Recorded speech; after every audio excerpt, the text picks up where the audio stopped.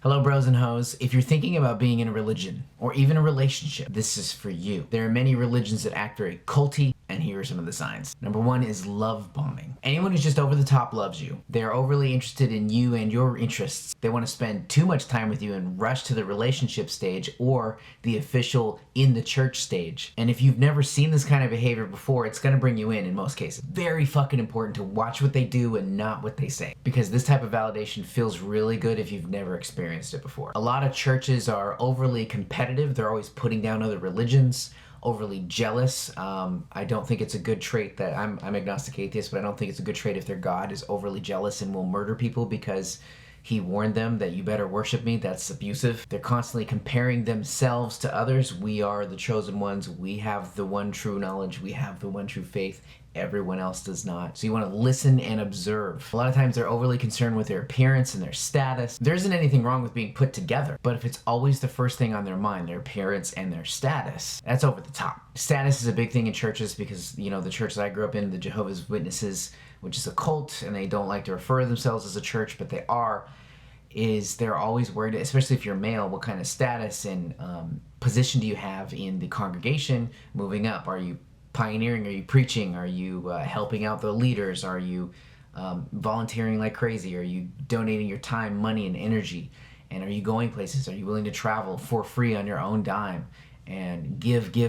All for status, for clout. They're always worried about giving the most to God, volunteering. This is another one of those things that you have to watch what they do and not what they say. Are they materialistic? This could be someone who has a very nice place, a very nice home with a lot of expensive things, and that's all that they're worried about. Or even someone that I've experienced I grew up in a very poor area of California, where they had a lot of useless things and a lot of cheap useless things, and they would buy or eat too much food, and they were just materialistic about it. I guess if that makes any sense. They had too much of the shitty things to make themselves feel temporarily better. Narcissistic people, even though that does have to be diagnosed by a professional, there are narcissistic tendencies that are rampant in cult-like religions. This is a huge one, a superiority complex. Everything they have, everything they do, every trip they take is better than yours. Or all the members they have, how humble they appear, who's giving more to the church, giving more to Jesus, who's going to the headquarters, who's volunteering, going for that missionary position, or going for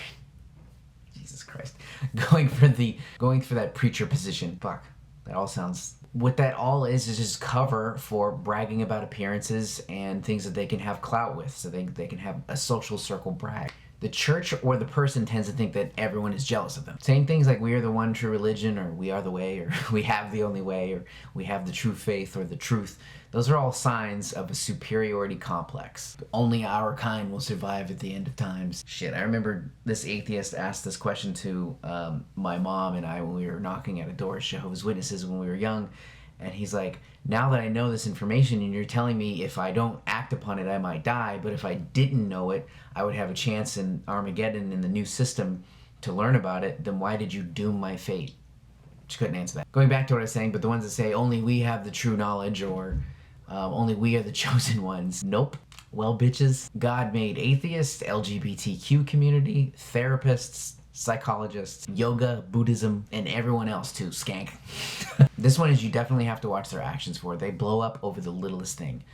Abuse is usually rampant in a lot of churches. Even like innocent things that you point out about them. I'm talking about you, David Miscavige, you pussy. But by blowing up, they'll tell you and try to make you feel crazy, which is also gaslighting. They'll tell you everything that's wrong with you, but when you turn around to give them some feedback as well, they'll gaslight you and try to make you feel like you're crazy. And the problem is you, instead of hearing you out and validating at least some of what you say. Drama queens are everywhere. The men are drama queens, the women are drama queens. There's so much drama, chaos, and unhealthy things happening in this group. Like, there should be drama in, your work life, but there should be very little drama in the rest of your life if you choose to surround yourself with high quality people. And going into narcissistic churches and religions and relationships, you're choosing to put yourself around a unhealthy person who's going to bring in a lot of unnecessary drama into your life. So I'd like to think that mature people only deal with drama in their business lives because they have to, or if you're an entrepreneur, you have to deal with drama there because it's all about communication. But it's unnecessary in your regular lives. I don't have room for that kind of drama, so I actively cut people out of my life as soon as I figure it out. Because it could be friends, girls, relationships, guys, just whatever you identify with. If you are unnecessarily full of drama, you have got to go. And of course, I'm very forgiving, and I give, especially in business, I give a lot of leeway. But in my own personal space, it's, you got a little bit of time, and then you're just going to earn a certain type of friendship where I only see you every once in a while or not at all. This is a huge one, is creating a lot of stress and drama that you're never going to be good enough. This is actually abuse. So translation for this is, you're a good for nothing slave. I grew up hearing that. You owe your life to God. I am nothing without God. I must find someone who loves God more than me. That's constantly telling you that you are not good enough. You're not smart enough. Now, of course, like self-improvement, you're never done self-improving, but you're getting better and better instead of not good enough. The verbiage is different. It does have an effect on your brain. And self-worth, which is self-respect, which is self-esteem. And when they tell you all these awful things like, well, you owe your life to God, bitch, I didn't ask to be here. None of us asked to be here. That's unhealthy. They're overly critical about any little thing that you do, no matter how minor it is. And they're always constantly comparing you to other people's work and worth inside the church or relationship, which is completely different than feedback. I want to make that clear. These types of people are typically hollow inside. I've said this before. It's like the chocolate Easter bunny. I know the Jehovah's Witnesses don't believe in the chocolate Easter bunny, but when you bite into the chocolate Easter bunny, it's delicious looking on the outside. Actually, I don't really even think it looks that good, but when you bite into it, there's nothing on the inside. It's just fucking hollow. They're empty shells of people. They use an abusive technique called triangulation. So most people aren't even aware that they do this when they do this. So when someone has got something that has been pointed out, like, hey, that's not cool, that makes me feel really uncomfortable, what they'll do is they'll triangulate other people on the sides of it like a triangle, more than one or two people to gang up on you and make you feel crazy, or they're target and attack your character or you as a person, or a mistake that you made in the past to blackmail you and make you feel like crazy to shut you up. It's really just a control technique to be controlling over another person and shame them to silence. And if you see them bad-mouthing people and doing this to other people without getting the other sides of the stories as well, what makes you think that they're not going to do that to you? Again, it's all about watching what they do and not about what they say. Now, it's completely different than roasting someone. I love roasting people. When in my own social circles, I roast everybody, but they also roast me, so it's even. That's different, and that's fun. This is a huge one, is a shameless disregard for boundaries. This is huge in watching what they do versus what they say. Basically, it goes, they can do whatever they want, and they say that they'll respect some boundaries or things that make you feel uncomfortable, but they'll do them anyway. Or they're going to say that they're going to do something with no follow-up, but the moment you do one tiny thing, they blow it up. They go behind your back and backstab you, or they gossip, or they go to the leaders in the church or someone in your social circle or family or friend group, and they try to make you look bad, blackmail you, or publicly shame you. Again, all triangulation. And the gaslighting comes into play because you're wondering if you're in touch with reality. You're wondering if maybe I'm the crazy one. And then an hour later, they'll say they didn't say that. A day later or a week later, I never said that, with a straight fucking face. You almost want to record them because you know that they said what they said. They're experts in this tactic. And even if you do record them, they're going to be like, that's not what I meant. You took it out of context. And they'll just try to bombard you with negativity to the point where you're just like, I can't even fuck with this anymore. Don't fall for this. Stand firm. You're not crazy, and get rid of someone in your life that does this. A lot of males and females do this in churches. Also another manipulative term is saying, I'm fine, you're fine. Even in relationships, like, I'm almost about ready to drop a girl and not date her anymore if she says this shit. That's super manipulative. When you say you're fine and you're not fine, that's lying, number one. The other person is not a mind reader, and they need to be honest with what you did or said that made them upset, or maybe it was something that they didn't communicate in the first place. So it's some bullshit gaslighting, and you don't need that type of drama in your life. What you need is a mature adult, a mature religion, a mature relationship with yourself, so you don't put up with this shit anymore. But you also need the other person to properly communicate and be able to sit down with them and be like, hey, what did that mean? This is how it made me feel. We need a better way of communicating because this isn't working for me. And if not, you can get the fuck out. Now, here's another dose of reality that you're probably not ready to hear or don't want to hear is the longer you stay in these relationships and religions where they have narcissistic tendencies, where your life is a fucking hell and it's dramatic, you will get addicted to this drama.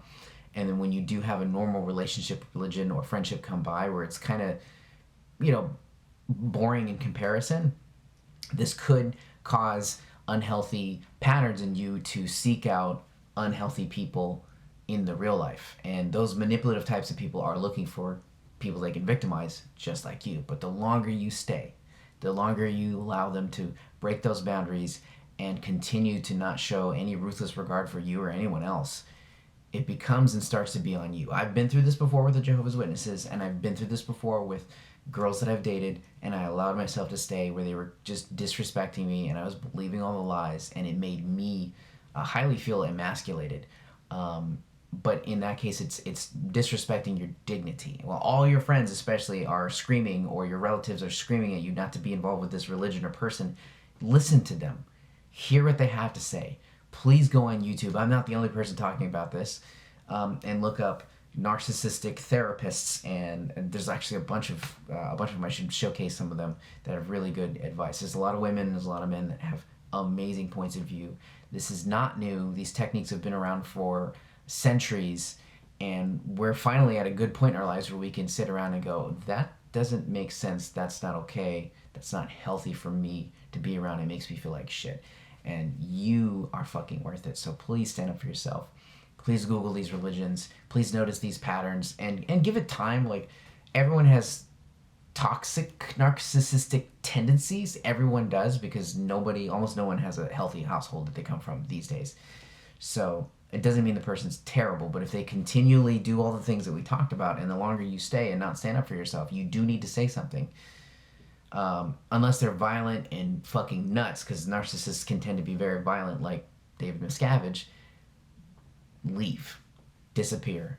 Because that's showing a sign of self-esteem, which is self-respect, which means self-love and self-care, and you're taking yourself out of that situation. Now, it's difficult when you're a teenager and you're living at home, but I have videos on how to save money and make money and get out faster. In fact, one of the other videos that I posted that you should go watch is, especially if you are stuck at home and you're young, or even if you're like 25, 35, 45, and you devoted your whole life to this religion, you have no money.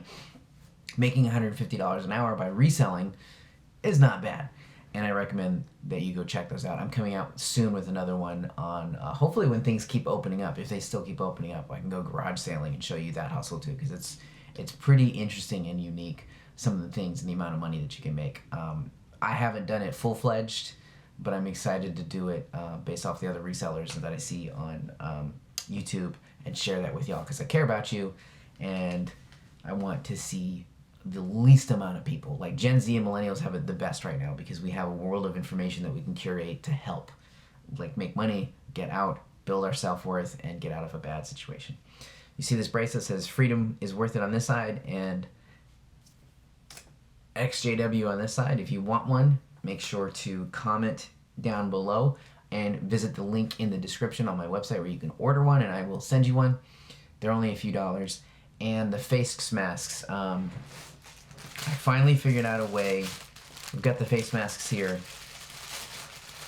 Basically all I need to do is coordinate with the supplier. It says Freedom is Worth It on the front.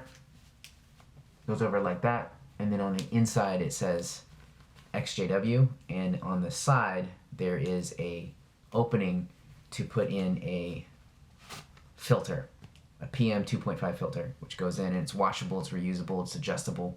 Those will be on the website soon. I'm going to try to take pictures in the next week and post them on the website and communicate with the supplier and get them all the details. I'm thinking about charging $20. I think that sounds reasonable, since a lot of high-end fashion brands have just a piece of cloth that are going for like $60, $80, or $100. And I think this is really sleek, cool, and minimal. It doesn't scream anything too extreme. I like the metaphor, black on the front, because we're labeled as black sheep, which typically isn't really bad, and then white on the front for the end of the white tunnel when you're escaped, or you've almost escaped to freedom. Anyway, brothers and sisters, it was good seeing you, and I hope to see you in the next video.